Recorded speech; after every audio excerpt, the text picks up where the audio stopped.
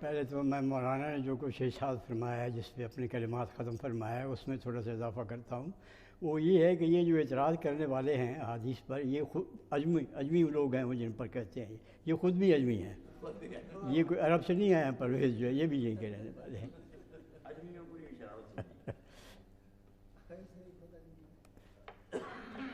یہ تو ایک بات۔ دوسری بات یہ ہے کہ اب یہ بالکل پائے تحقیق پر بات پہنچ چکی ہے کہ تاریخ کے جس معیار پر بھی آپ جانتے احادیث پوری اترتی ہیں۔ کوئی بھی دنیا کی تاریخ ایسے نہیں لکھی گئی ہے کہ ایک آدمی دوسرے آدمی سے، وہ تیسرے آدمی سے، وہ چوتھے آدمی سے پورا سلسلہ بنا۔ دنیا کی کوئی تاریخ اس طرح سے نہیں لکھی گئی ہے کہ پوری سلسلے وار وہاں تک پہنچ جائے۔ اب کوئی ایسی نہیں ہے کہ ہیروڈوٹس جو ہے 3000 برس پہلے جو تھا یونان کا جو وہ مورخ ہے، اس تک آج ہم سلسلہ پہنچا دیں، لیکن نبی کریم صلی اللہ علیہ وسلم کی طرف ہم آج بھی ہاں بیٹھے ہوئے پہنچا سکتے ہیں۔ کس طرح سے کن کن لوگوں کے ذریعے سے ہم تک پہنچی، اور وہ کس کردار کے لوگ تھے۔ ان کا حافظہ کمزور تھا، ان کی عمر زیادہ تھی، ان کی زبان درست تھی یا نہیں تھی، یہ ساری چیزیں ہمیں آج معلوم ہے۔ اور کس کے بارے میں کوئی کہہ سکتا ہے کہ اس سے روایت کرنے والے جو ہیں ان کے بارے میں یہ معلومات ساری ہیں؟ بس ایک آدمی لکھ گیا، وہ تاریخ ہو گئی۔ باقی تاریخیں تو یہ ہے۔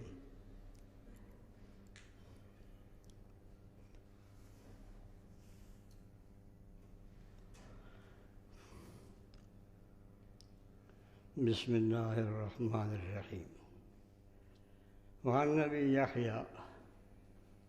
صہیب بن سنان رضی اللہ تعالی عنہ قال قال رسول اللہ صلی اللہ علیہ وسلم عجبا لامر المؤمن ان امرہ کلہ لہ خیر ان امرہ کلہ لہ خیر ولیس ذلک لأحد الا للمؤمن ان اصابتہ سراء شکر فکان خیرا لہ وان اصابتہ ضراء صبر فکان خیرا۔ نبی کریم صلی اللہ علیہ وسلم کا یہ ارشاد ہمیں امام مسلم کے ذریعے سے پہنچا ہے، اور یہ صحابی جو روایت کرنے والے ہیں وہ حضرت صہیب بن سنان ہیں۔ آپ نے ارشاد فرمایا کہ نبی کریم صلی اللہ علیہ وسلم نے ارشاد فرمایا کہ مومن کا معاملہ بڑا عجیب و غریب ہے۔ بالکل یہ ایک عجیب چیز ہے کہ ان الامر کلہ لہ خیر، اس کا پورا سارے کا سارا کام ہے اس میں بھلائی ہے۔ ولیس ذالک لأحد الا للمؤمن، اور یہ مومن کے سوا کسی کا نہیں ہے کہ کسی آدمی کا ہر کام جو ہے اس کے اندر بھلائی موجود ہو۔ وہ کس طرح سے کہ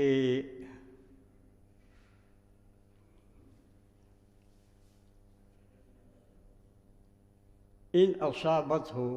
سرا، اگر اسے کوئی خوشی کا موقع آتا ہے، اگر کچھ دولت ملتی ہے، خوشحالی آتی ہے، تو وہ اللہ تعالیٰ کا شکر ادا کرتا ہے۔ یہ بھی اس کے لیے خیر کا پہلو ہے۔ ایک تو اسے اللہ تعالیٰ نے دنیا میں مال و دولت دے دیا، اس کو اولاد دے دی، اس کو اقتدار دے دیا، اس کو اختیار دے دیا، یہ ساری چیزیں اس کے پاس جس کا احتیاج اس دنیا میں انسان کو ہوتا ہے وہ اس کو ملتا ہے۔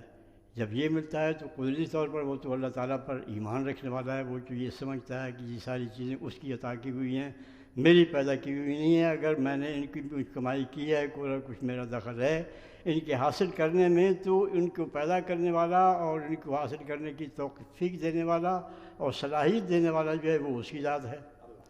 تو اس لیے وہ پھر شکر ادا کرتا ہے کہ یا اللہ اگر تم ان قوتوں سے محروم کرتا، ان صلاحیتوں سے محروم رکھتا، ان وسائل سے معروف رکھتا جو اس دولت کے لیے، اس آرام کے لیے، اس اختیار کے لیے اور ان ساز و سامان کے لیے جو کچھ مجھے حاصل ہے، تو اگر معروف رکھتا تو مجھے کون یہ چیزیں دے سکتا تھا؟ میں خود سے یہ صلاحیتیں کہاں سے پیدا کر سکتا تھا؟ کتنے انسان ہیں جو میرے جیسے ہیں، مجھ سے زیادہ رکھتے ہیں، ان کے پاس دولت نہیں ہے، تعلیم ان کے پاس زیادہ نہیں ہے، لیکن ان کے پاس عیش کے وہ سامان نہیں ہیں۔ کتنی ان کے پاس جو ہے بہت ہی علم بہت ہے، لیکن وہ اپنا گزارا بھی 2 وقت کا جو ہے وہ نہیں کر سکتے ہیں۔ کسی کی آنکھیں نہیں ہیں، کسی کی ٹانگ نہیں ہے،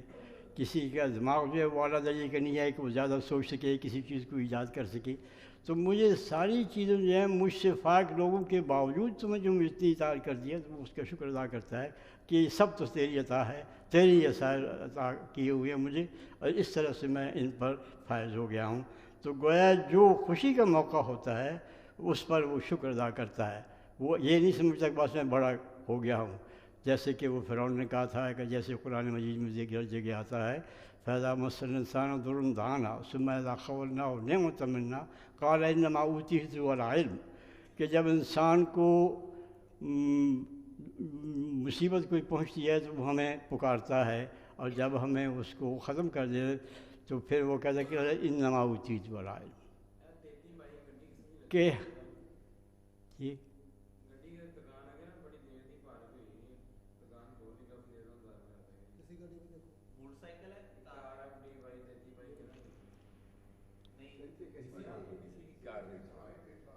جب اس کو کوئی نقصان پہنچتا ہے تو وہ پھر ہمیں پکارتا ہے، ہم سے دعائیں مانگتا ہے. جب ہم اس سے نعمت دیتے ہیں تو وہ کہتا ہے کہ یہ تو میرے اپنے علم کی وجہ سے مجھے سب کچھ حاصل ہو گیا. فرمایا کہ نہیں، اس کے علم کی یہ تو اس کے لیے بڑی ہے فتنتن، یہ تو اس کے لیے آزمائش ہے.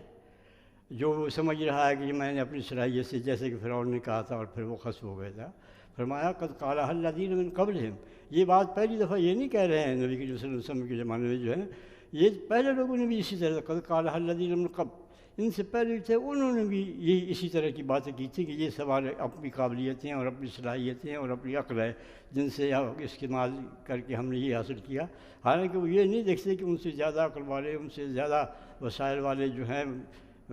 صلاحیت والے جو ہیں، ان سے کم ان کی جو ہیں وہ ضروریات پوری ہو رہی ہیں. نہ ان کے پاس وہ اختیار ہے، نہ ان کے پاس وہ دولت ہے، نہ ان کے پاس وہ اولاد ہے جو ان کے پاس ہے. تو فرمایا ایک مومن جو ہے اس کے لیے خوشی کے موقع پر یہ چیزیں وہ اللہ تعالیٰ کی عنایات کا اعتراف کرتا ہے، اور پھر اس پر خوشی کا اظہار کرتے ہوئے اس کا شکر ادا کرتا ہے کہ یا اللہ تیرا شکر ہے. اور اس کے شکر ادا کرنے کے پھر اپنے طریقے ہیں. شکر ادا کرنے کا طریقہ صرف زبان سے نہیں ہے. اگر اس کو دولت دی ہے تو اس دولت کو وہ دوسروں کے کام میں لے آتا ہے. اگر اس کو اولاد دی ہے تو اس کی تربیت کا کام کرتا ہے. اگر اس کو اختیار دیا ہے تو وہ اس اختیار کو اللہ کے بندوں کو آرام پہنچانے کے لیے کرتا ہے. یہ اس کی خوشی کا ذریعہ ہوتا ہے کہ جس نے یہ عطا کیا ہے اس کی وہ فرمان برداری کرتا ہے، اس کے احکام کو مانتا ہے. اس کی مخلوق جو ہے جس کو عیال اللہ کہا گیا ہے، اس کی وہ خدمت کر کے اللہ تعالیٰ کی خوشنودی حاصل کرتا ہے. تو پھر فرمایا فکانہ خیر، تو یہ اس کے لیے بھلائی کی بات ہوتی ہے. وَإِنْ أَصَابَتْهُ ضَرَّاءُ صَبَرَ فَكَانَ خَيْرًا لَهُ، لیکن اگر اسے کوئی نقصان پہنچتا ہے، اگر اسے کوئی بیماری آتی ہے، اگر کوئی فقر و فاقہ آتا ہے، اسے کسی طرح کی مصیبت بھی اس کے اوپر نازل ہوتی ہے، تو پھر وہ ویلا نہیں کرتا. پھر وہ یہ نہیں کرتا کہ اللہ تعالیٰ نے مجھے مار دیا، یہ کیا ہو گیا، میرے پر مصیبت ڈال دی. یہ نہیں، وہ صبر کرتا ہے. اس کو وہ اپنے اندر یہ سمجھتا ہے کہ یہ سب چیز جو ہے یہ اللہ تعالیٰ کی طرف سے آزمائش کے طور پر میرے لیے آئی ہے کہ یہ جتنی محرومیاں ہیں میری، یہ اس لیے نہیں ہیں کہ میں کوئی دوسروں سے زیادہ گناہ گار ہوں، بلکہ یہ اس لیے ہیں کہ یہ وہ میرے ایمان کی آزمائش چاہتا ہے کہ میں اس میں پورا اترتا ہوں یا نہیں. اس محرومی کے ساتھ جو مجھے موجود ہے، اولاد نہیں ہے، دولت نہیں ہے، اختیارات نہیں ہیں، صلاحیتیں نہیں ہیں، علم نہیں ہے، یہ سب چیزیں جو ہیں میری سے کمی جو ہے دوسروں کی بنسبت مجھ میں، تو اس پر وہ مبالغہ نہیں کرتا ہے. وہ اللہ تعالیٰ کے خلاف کوئی کسی خدا نخواستہ کوئی ایسی بات نہیں کرتا جو اس کی شان کے خلاف ہو، بٹ یہ سمجھتا ہے کہ یہ اس کی حکمت ہے، یہ اس کی مصلحت ہے. وہ میرے ایمان کو اور میرے اسلام کو آزمانا چاہتا ہے کہ میں کہاں تک اس پر ایمان رکھتا ہوں، کہاں پر اس پر بھروسہ کرتا ہوں، کہاں تک جو ہے میں یہ سمجھتا ہوں کہ یہ دنیا جو ہے یہ کہ آزمائش کی جگہ ہے، اور اس کا جو ہے بدلہ وہ اللہ تعالیٰ مجھے اپنے رحم کرم سے، اپنے فضل و کرم سے عطا فرمائیں گے. تو یہ گویا ایک صاحب ایمان کے لیے خوشی کا موقع، اس کے لیے شکر کا مقام پیدا ہوتا ہے، اور اس کے لیے بیماری یا تنگی یا اور کس طرح کی ایسی تکلیف جو ہے وہ اس کو آزمائش سمجھ کر اس میں پورا اترنے کی کوشش کرتا ہے، تاکہ اس کو وہ اللہ تعالیٰ کی خوشنودی جو ہے اس کو حاصل ہو، کہ اس کی جو رضا تھی اس تنگی میں بھی اس کی رضا کو نہیں چھوڑا، اس کے احکام کی خلاف ورزی نہیں کی، اور کوئی ایسی بات نہیں کی جس سے کوئی شکایت کا وہ سمجھے کہ میں اللہ تعالیٰ سے کوئی کر رہا ہوں۔ اصل میں یہاں دنیا کے اندر جو مصیبتیں آتی ہیں ان کے بارے میں بہت سے لوگ غلط طور پر یہ سمجھ لیتے ہیں کہ یہ کسی مصیبت جو ہے یہ کسی گناہ گار پر ہی آئی ہے، اور یہ ہے کہ یہ اللہ تعالیٰ ان سے ناراض ہے جن پر یہ آئی ہے۔ یہ تین طرح کی چیزیں آتی ہیں عام طور جو قرآن مجید میں جس طرح سے ہمیں معلوم ہوتا ہے، وہ یہ ہے کہ ایک تو وہ ہے جن کو اللہ تعالیٰ خود آزماتا ہے، اور یہ طرح طرح سے آزماتا ہے۔ اس میں اپنے پیغمبروں کو بھی اس نے آزمایا، اپنے نیک بندوں کو بھی آزمایا، جیسے یہ ہے کہ نبلونکم بشیء من الخوف والجوع ونقص من الاموال والانفس والثمرات، کہ ہم تمہیں ضرور آزمائیں گے۔ کس چیز میں؟ کوئی خوف کی وجہ سے، بھوک کی دے کر، اور کبھی جان اور مال، اور کبھی پیداوار جو ہیں، پھل میوے جو ہیں ان کا نقصانات کر کے۔ تو یہ ساری چیزیں یہ تمہاری آزمائش کا باعث ہوں گی، اور اس میں مبتلا کر کے پھر ہم دیکھیں گے کہ تم کہتے کیا ہو۔ پھر جو کہتے ہیں کہ وہ جو نقص من الاموال وبشر الصابرین الذین اذا اصابتهم مصیبۃ، یہاں وہی صبر ہے کہ جو لوگ ان ساری چیزوں کے آتی ہیں ان کے اوپر اور وہ ان پر صبر کرتے ہیں، وہ اللہ تعالیٰ کے راستے میں استقامت کا اظہار کرتے ہیں۔ کوئی ترغیب نفس جو ہے جان بچانے کے لیے ان کو جان بچانے پر آمادہ نہیں کر سکتی، وہ جان بچانے کی بجائے اللہ تعالیٰ کے راستے میں جان لڑا دیتے ہیں، اور کوئی چیز جو ہے انہیں ہم جان و مال کی ضیاع سے نہیں روک سکتی کہ اللہ تعالیٰ کے راستے میں خرچ کرنا جو ہے اس سے خوشنودی حاصل ہوتی ہے۔ تو ان کے لیے فرمایا کہ بشر الصابرین، یہ لوگ وہ جو ہیں جو استقامت کا مظاہرہ کرتے ہیں، نقصان کو برداشت کرتے ہیں، جان کا نقصان، مال کا نقصان، ہر طرح کا نقصان، تو وہ پھر ان کے لیے انعامات جو ہیں اولئک علیہم صلوات من ربہم، ان کے لیے عنایات ہیں، ان کے لیے رحمت ہے، اور سند بھی انہی کے لیے کہ انہی کی ہدایت ملی ہے۔ باقی جو کچھ بھی وہ کہتے ہیں اللہ تعالیٰ کے نزدیک ہدایت کی سند اسی کے لیے ہے جو مصائب میں اور آزمائش میں پورا اترتا ہے۔ دوسرے لوگ وہ ہیں جن کا کوئی گناہ، کوئی آزمائش نہیں ہوتی، ایک ایسے ہی ہے جیسے کہ کوئی آسمانی آفت آ جاتی ہے، کوئی زمینی آفت آ جاتی ہے، کوئی سمندری آفت آ جاتی ہے، اس میں بہت سے لوگ جو ہیں وہ چلے جاتے ہیں۔ تو یہ چیز جو ہے یہ ابتلا ہے، جو چلے گئے ان کے لیے ابتلا تو ان کا تو ختم ہو گیا، وہ تو اللہ تعالیٰ کو حضور پہنچ گئے اپنا حساب کتاب دینے کے لیے، لیکن جو باقی ہیں ان کے لیے یہ ابتلا بھی ہے اور آزمائش بھی ہے کہ یہ دیکھو وہ ان کو کوئی بچا نہ سکا تو تمہیں کون بچا سکے گا، اور تمہیں جو مہلت ملی ہے زندگی کی اس مہلت کو تم استعمال کرو اور اپنا جو ہے معاملہ وہ اللہ تعالیٰ سے ٹھیک کر لو، کیونکہ ایسا نہ ہو کہ کہیں تمہیں وہ توبہ کرنے کا بھی موقع نہ ملے۔ پھر اس طرح سے بھی ہے کہ جو وَلَنُذِيقَنَّهُم مِّنَ الْعَذَابِ الْأَدْنَىٰ دُونَ الْعَذَابِ الْأَكْبَرِ، بعض جو عذاب اس دنیا میں عذاب بھی آتے ہیں تو وہ عذاب دراصل آخرت کے عذاب کے مقابلے میں کوئی نہیں ہوتا، وہ تو چھوٹا سا عذاب ہوتا ہے، جیسے کہ بنی اسرائیل پر 2000-3000 سال سے برابر عذاب آ رہے ہیں، لیکن اب تک بھی ان کی جو ہے وہ گمراہی اور ان کی جو ہے بدی اس میں کمی نہیں آئی ہے۔ اللہ تعالیٰ بھی کہتا ہے تم مودناک، وہاں بھی ان کو بار بار تنبیہ کی جا رہی ہے، لیکن اس کے بعد وہ تو ظاہر ہے کہ جیسے کہ مولانا نے بتایا ہے کہ ان کی برائیوں کا بدلہ جو ہے اس دنیا میں تو نہیں ہو سکتا۔ ایک آدمی کی قدر کرے تو اس کو تو ایک پھانسی لگ سکتی ہے، لیکن جو ایک بم چلا دے ٹرومین اور اس سے لاکھوں آدمی جو ہے وہ صدیوں کے لیے تباہ برباد ہو جائیں، تو ان کے لیے تو وہ ایک پھانسی تو نہیں کافی ہو سکتی، وہ تو پھر لاکھوں آدمی لاکھوں مرتبہ اس کے ساتھ کلما نضجت جلودہم بدلناہم جلودا غیرہا۔ تو اس طرح سے وما اصابکم من مصیبت فبما کسبت ایدیکم ویعفو عن کثیر، وما اصاب، جو کچھ تمہیں مصیبت پہنچتی ہے وہ تمہارے گناہوں کی وجہ سے پہنچتی ہے، اور اللہ تعالیٰ بہت سی تمہارے گناہ جو ہیں ان سے تو نظر انداز کر دیتا ہے۔ گویا یہاں مصائب کے آنے کی وجہ ایک تو خود اپنے گناہ ہوتے ہیں، اور ایک یہ ہوتا ہے کہ وہ تنبیہ ہوتی ہے دوسروں کو کہ یہ دیکھو ان کے ساتھ کیا ہوا، تم بچو اس انجام سے جو ان لوگوں کا ہوا ہے۔ تیسری یہ ہے کہ وہ آزمائش ہوتی ہے اہل ایمان کے لیے، ان کی ایمان کو آزمایا جاتا ہے، ان کو الباس ہے والضراء حین الباس، جیسے قرآن مجید میں آتا ہے نا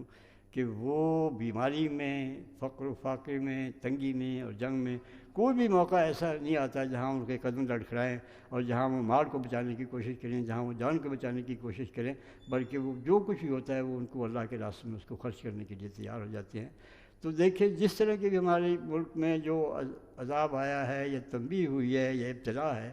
ہمیں اس کے لیے اپنے آپ کو یہ دیکھنا چاہیے کہ ہم کہاں کھڑے ہوئے ہیں۔ ہم اللہ تعالیٰ کے عذاب کے مستحق ہیں، اس کی رحمت کے مستحق ہیں، یا ہمیں اس سے عبرت حاصل کرنی چاہیے اور یہ کل جو وہاں ہوا ہے یہاں بھی آ سکتا ہے۔ یا ہم جتنی بھی اپنے میں بچاؤ کے سامان کر لیں، وہ بچاؤ کا سامان تو کوئی بھی، جب ایک پوری بستی ہے کہ بستیاں غائب ہو جائیں گی تو یہ جو اسٹیل کے بشٹ ہیں یہ کیا کام دیں گی، یہاں سے کون بچ جائے گا۔ اللہ تعالیٰ ہمیں توفیق دے کہ ہم اس کے شاکر بندے بنیں اس کی نعمتوں پر، اور اس کے صابر بنیں اگر کوئی ہمارے اوپر مصیبت نازل ہو، کوئی آزمائش